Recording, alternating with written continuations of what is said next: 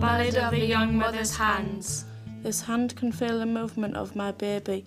It is the hand that my baby girl will hold on to. This is the hand that will brush through my baby girl's long locks. I like my hand on my bump when my baby gives me a thump. He is special in every way, and I love him every day. Although my veiny hand can make the Spock sign, when I become a mummy, my hand will feed and change my child. Be gentle, the first to hold my baby and wipe away his tears. I like my hand on my bump when my baby gives me a thump. He is special in every way, and I will love him every day. This hand will be the first hand to hold my unborn son. It feels the movement of him. This hand will comfort when he's down. This hand will brush away his tears. I like my hand on my bump when my baby gives me a thump. He is special in every way, and I will love him every day. This hand will cradle my baby. This hand could match my baby's hands. This hand could comfort my baby forever. These hands will learn new things daily. I like my hand on my bump when my baby gives me a thump. He is special in every way, and I will love him every day.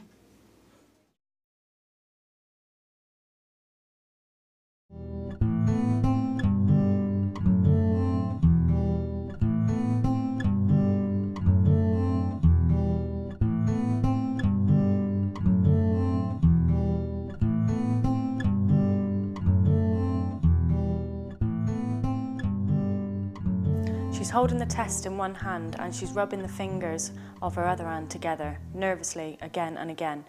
Her hands look manicured, but they're sweaty with anxiety. Her nails are polished, but still unbitten. She's at home, her parents' house, in the loo. Her mum's downstairs, her dad's in the bedroom. They don't know she's doing the test. It's mid-afternoon, she's 18, she's already broken up with a boyfriend. She's thinking, what if I am? I'm not sure. What am I going to do? There's no way I'm getting rid of it. She feels scared and very sick, nervous in the pit of her stomach. She's asking, is this really happening to me? Not me, no bloody way. She sees 3+ on the clear blue test and starts shaking with the wheels in her head still going round and round. I can't believe it. I can't be. This isn't real. How can I tell my mum? Never mind my mum, what about my dad? We should have used something. Why didn't we discuss it? What will my ex say? How am I going to tell him? And we're not even friends anymore. She wasn't going to be the one to tell his parents. What a nightmare. Okay, calm down. She's going to get her head together and tell her parents. She'll tell the ex another day. She feels even more sick now, plugging up the courage to tell her mum and dad. She imagines them getting upset about it. When she tells them, it's even worse than she thought. She'll never forget their disappointment, the look on her dad's face, the pressure he puts her under to get a termination. She knows, though, as she sits alone, that she's going to keep her baby no matter what people think. She knows her sister will be supportive, even if she does live 300 miles away. It's better than having no one, isn't it?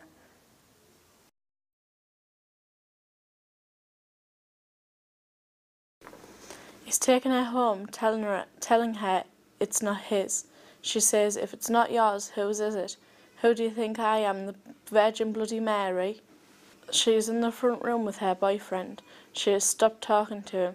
He tells her to have an abortion. She starts crying and tells him to get out.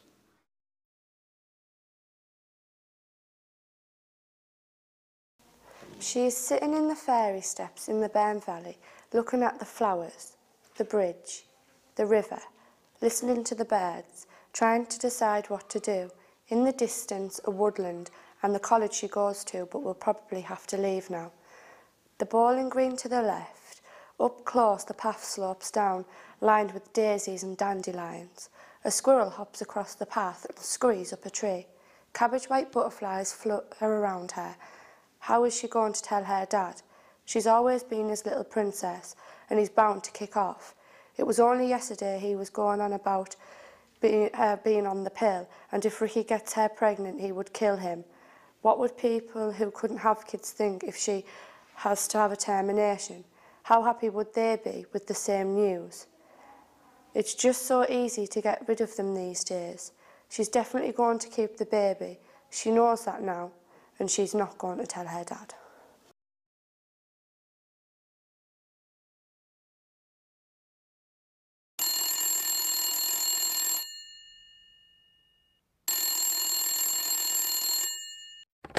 Hello?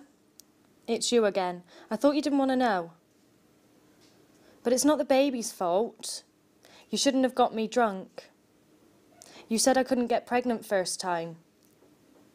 Well, it's yours. You never told me about any Hannah. I don't know what I'm going to do, but it's up to me, not you.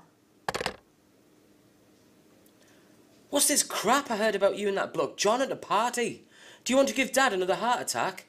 He's been bad enough since Mam left. I heard you were really drunk and all.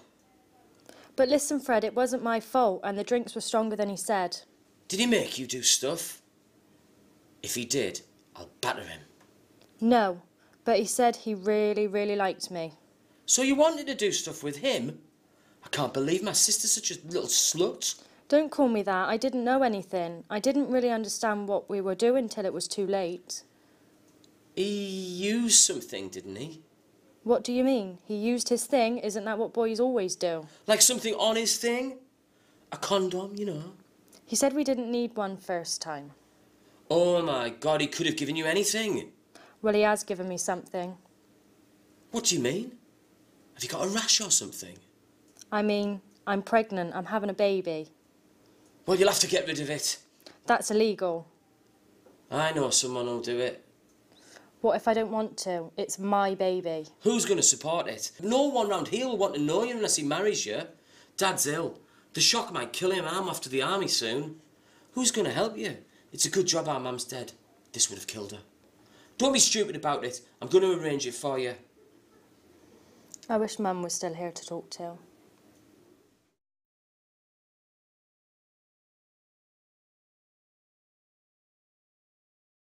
She's in the passage of their house, ready for a quick getaway, trying to tell her mum the news. Mum is sitting on the sofa with Zoe watching EastEnders. Mum looks over. You all right, love? I say Phil Mitchell's back on the booze. Who cares about that potato head? Who rattled your cage today? No one. I'm all right. It's just that. You won't believe it. My pizza burnt on Cafe Well and I can't serve. My customers saw my ratings going down. Do you think I'm bothered about Facebook games? Oh, no need to bite me head off. I'm trying to have a conversation with you. Why can't we ever talk about something that's real?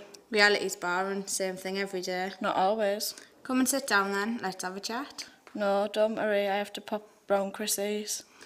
What do you fancy for tea when you get back? Not bothered. I'll just heat something up when I get home. Okay, love. See you later. Yeah, bye.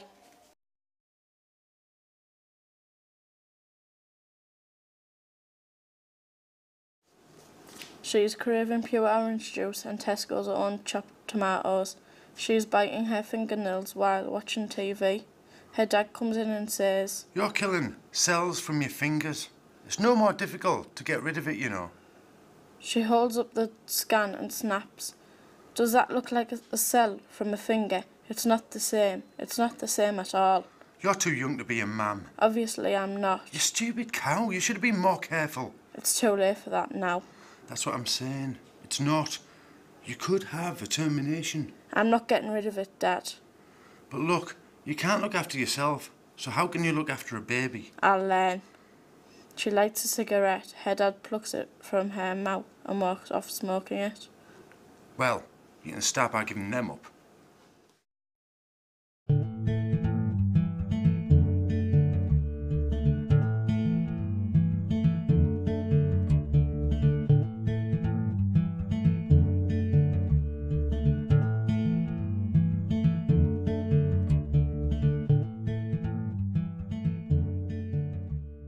She is serving fish and chips and suddenly freezes because she feels something and it feels wrong. She is in the toilet, realising she is bleeding. She puts a tampon in to try and save the baby. She is panicking. She still hasn't told her mum and dad. She is looking at a blank screen, unsure if she still has a baby or not. She is looking at the shape of a kidney bean on the screen, crying with relief. She hasn't lost the baby. She is back at the doctor's, having a scan she insisted upon. She can see her baby lying on its back in her womb. She is smiling and very happy.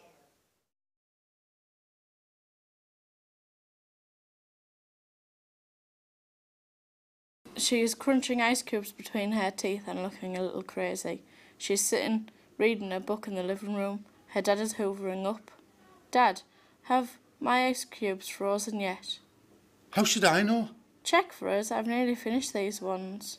Check them yourself, I'm busy. And I'm trying to read this book. Well, it's not going anywhere, is it? Dad, you're right by the kitchen. Just have a quick look for me. What's the big deal? Dad switches off the oven and stands looking at her, frowning. She looks up from her book. What's up with you? How do you think you're going to cope? I don't know, but we're going to find out, ain't we? Well, don't think you can rely on me for everything. Don't worry, I won't. Well, you seem to be. You're living under my roof, aren't you? Not for long. I'm looking for somewhere else to live and bring my baby up. Are you now? Yes, I'm going to be a good mum. That's why I'm reading this book they've gave me at antenatal. So don't worry, I won't be relying on you for anything. I'm not saying I don't want to help out. Sounds like it to me. I'm just busy. You don't have to move out. Just check your own bloody ice cubes. She starts crying. You think I'm going to be a crap mum, don't you? No. I think you're going to be good. But it's hard. Harder than you think.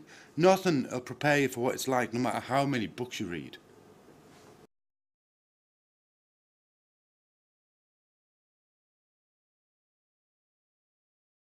She is 13 weeks pregnant and had her 12-week scan. She's in her own house holding her scan photo, crying I'm pregnant to her mum, who was standing shocked in the living room. Her mum hugs her while she says, "Don't tell Dad." Her mum shakes her head and says, "I have to."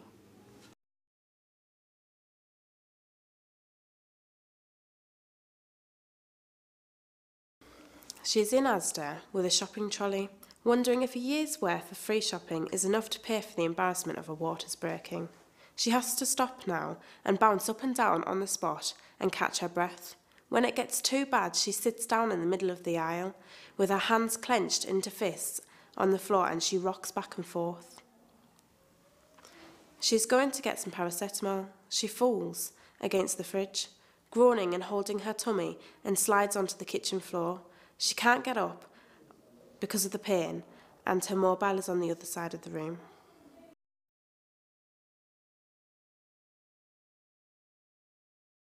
She is sitting on the couch with her boyfriend. Put your hand here. Can you feel the baby? It's moving. He puts a hand gently on her belly. Wow, that's weird. His phone goes off with a text. He looks it in. She cranes her neck and reads it too. Hiya, gorgeous. What you up to? Who's that off? I don't know.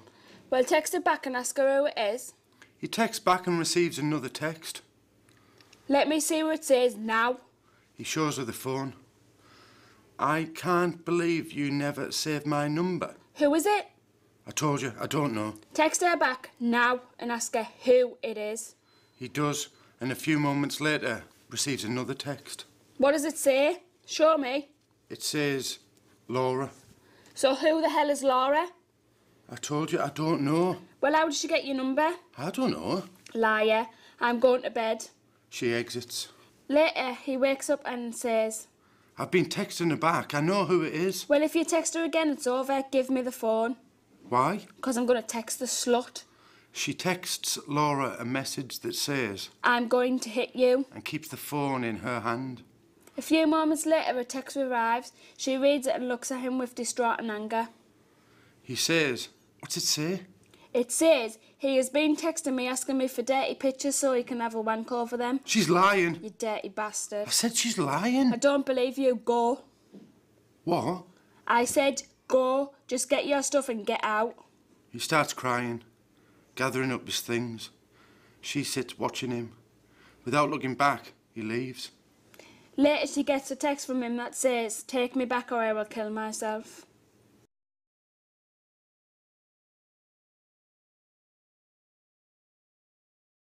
She's recovering from an Indian meal. Her midwife tells her she might have preeclampsia. She better go straight to the hospital.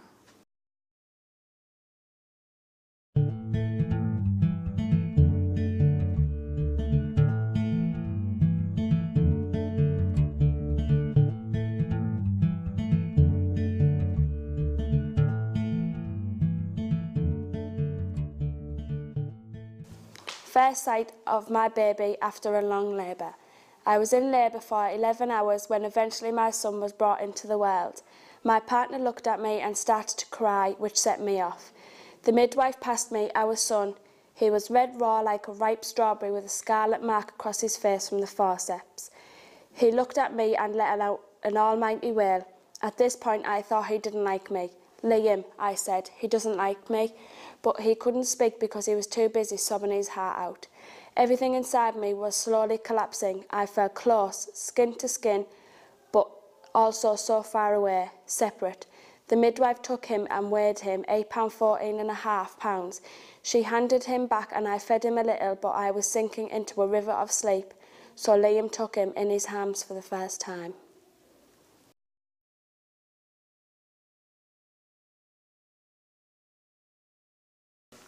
Her dad is looking out of the window at the hospital car park. He says, it looks like all those cars have been lined up in rows according to their colours. Why are you talking about the cars? She doesn't know he is crying.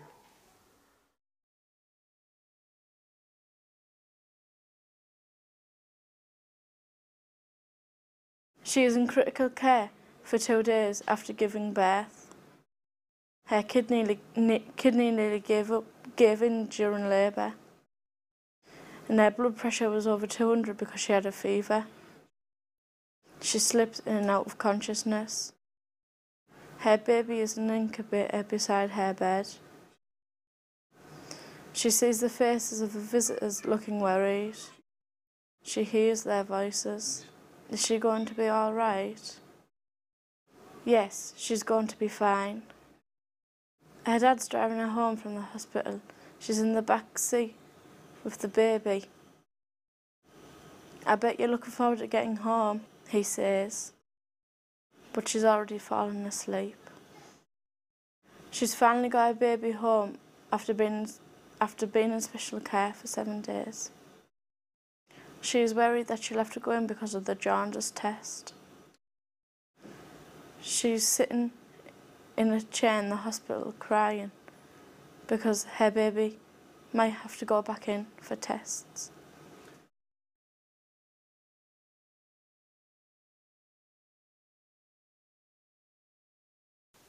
To my son, I am calling you Alfie Robert North. Your daddy chose your name because he likes it. Alfie is short for Alfred, as Alfred the Great, but we will just call you Alfie. I hope no one shortens it to Alf. Robert comes from your great-granddad. We're sorry he's not here to see you. I like the name Taylor, but people said it was a girl's name. I like the name Joe. I kept dreaming that I have called you Joe, but we're going to call you Alfie Robert North. If you were a girl, you'd be Sophie Louise. One day you might play for West Ham United. But right now, you are a rib kicker, a hiccuper, a water breather, a sleep stealer, a bladder squeezer. When you are naughty, I'll call you Buggerlugs. When you are smiling, you'll be my sexy man. When you are drifting off to sleep, wrapped up, snug in my arms, I'll call you my little angel.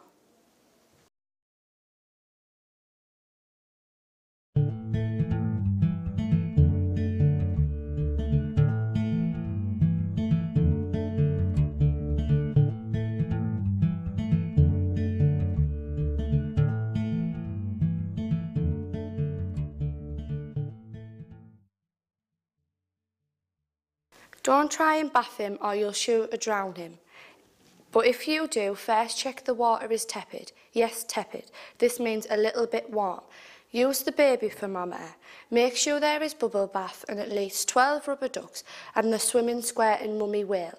Don't forget the wind-up turtle or the wind-up frog, or else. Make sure the heating is on beforehand and you will have a bath towel ready. You'll need a nappy and clean pyjamas too. Make sure you wash his hair, between his toes, under his neck, between his fingers and behind his ears where he rubs coal. Once out in the pyjamas, put him in his pram and make up a bottle. Then let him drink it himself in his pram. He should be nodding off by then, so take him to bed and settle him down in his cot. Don't forget his soggy, his dummy and all 3 meerkats. Good luck.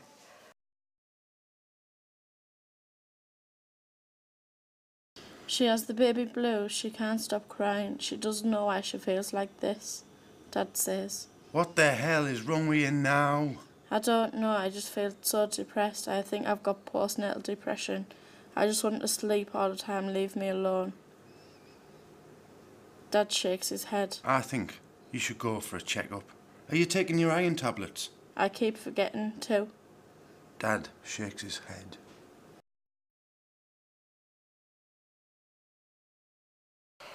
Right, well, I want to tell you a story about breastfeeding. I was a young mother who chose to breastfeed. I breastfed for 11 months. When I first started breastfeeding, it was extremely difficult. I found it really hard. I didn't have that much support, only my partner there to support me.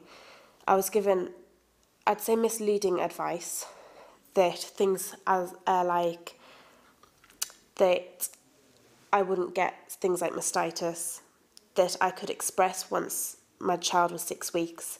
Things that, like, I got mastitis, I got it really bad, I had it for 5 months, it was undetected. And I couldn't express, I never could. So for 11 months straight, I literally just fed her myself, nobody else could. And then I had problems with things like job centres because I was on benefits, and they wouldn't allow me to breastfeed because I had to go to college in order to claim any benefits.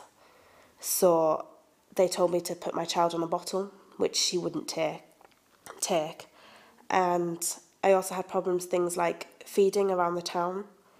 The feeding rooms were never open and you could never find anyone to open them. And when you did and you asked them, they'd take at least half an hour each time to come and open the door. On many occasions, my daughter was only 2 weeks old on one occasion, and I ended up sat on the floor outside the breastfeeding room feeding her because